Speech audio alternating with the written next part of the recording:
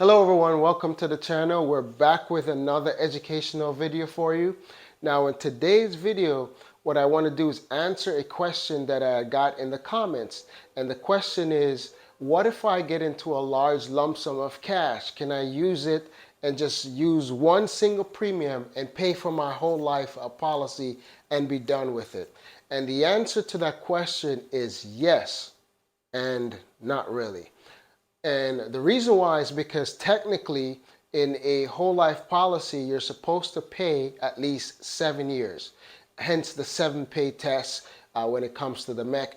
It's an IRS limitation that's put in place in the insurance industry that you have to follow so the policy doesn't become a modified endowment contract. So there is a way we can structure it where the client is only paying one time, but we're still following that MEC law, that MEC limitation, and still actually paying up to 7 years. So I'm going to show you how we would do something like that, and then talk about if it's necessarily the best thing to you or the best structure for you or the best and most efficient way of you funding your policy. So let's dive into it.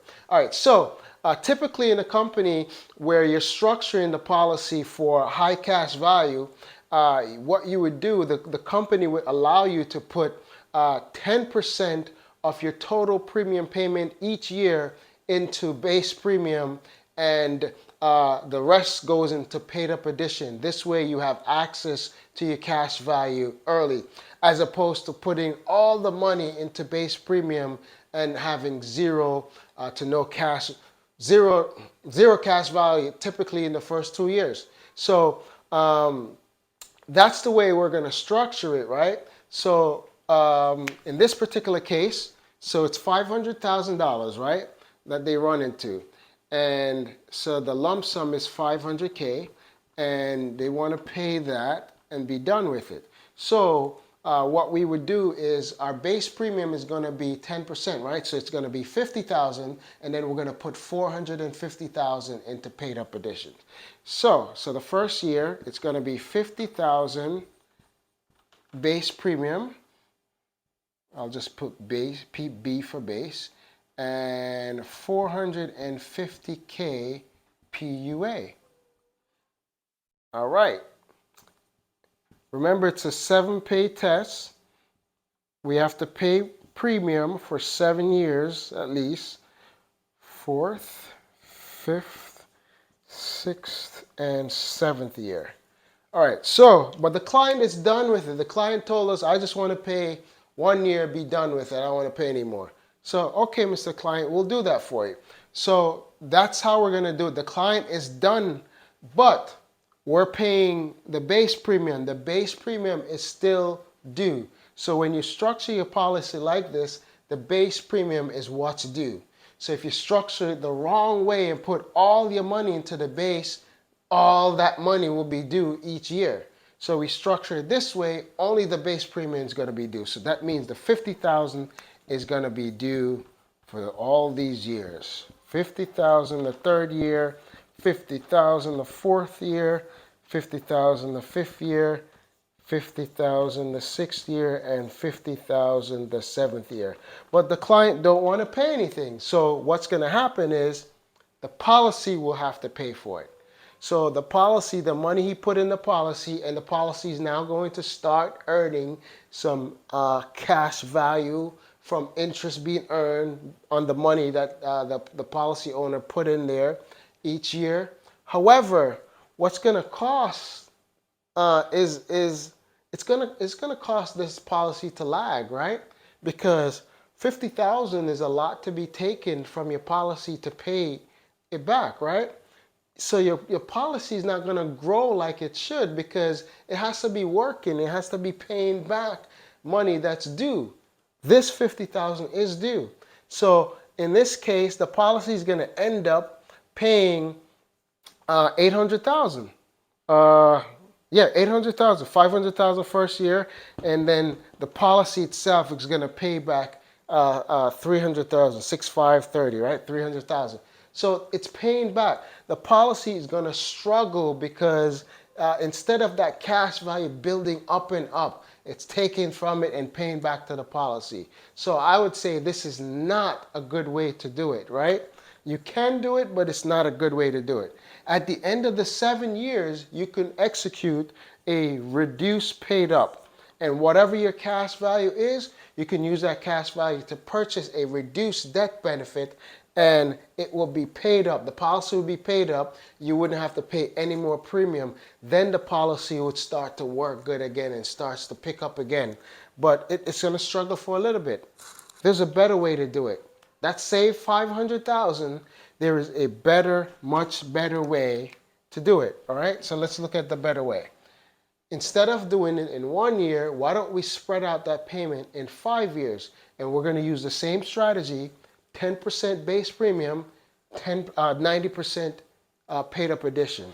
So in that case, we still have our lump sum of $500,000. So what we're going to do is going to be, now it's $10,000 in base premium and $90,000 in PUAs. And we're going to do that years 1, 2, 3, 4, and 5. We're doing it 5 years, right? We're doing it 5 years. 10K base, 90K PUA.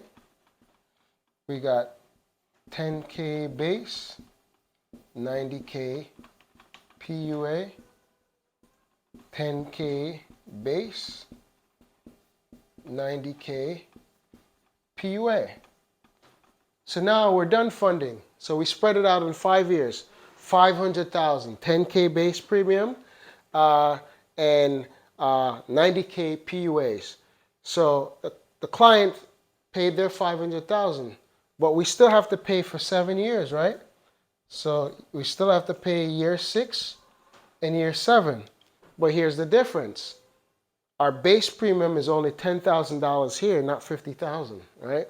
So we only owe $10,000 here, $10,000 there. So the policy has to pay that. So now you only have 2 years to pay it, and you're paying $10,000 instead of $50,000. Is it easier for the policy to pay that, especially if it's been building for 5 years here, where right off the bat here it has to start paying? Yeah, much better structure. This makes a lot more sense.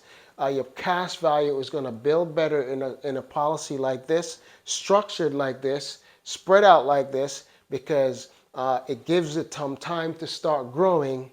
That's number one. And number two, you only have 2 years now to continue to make that 7-pay payment.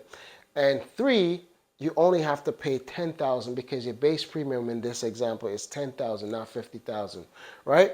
And at the end of 7 years, in the 8th year, you can do what you'd like. You could actually have the policy continue to pay $10,000 if you wanted to, or you could execute a reduced paid up like you did over here and be paid up after 7 years. And in the 8th year, you execute the reduced paid up and bring down the death benefit.